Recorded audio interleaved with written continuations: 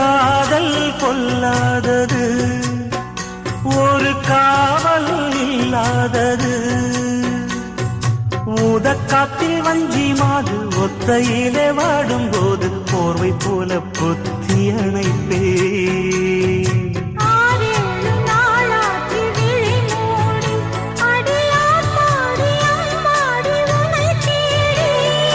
நீதானே மானே என் இளஞ்சோடி, உனை நீங்காது என்றும் என் உயிர் நாடி.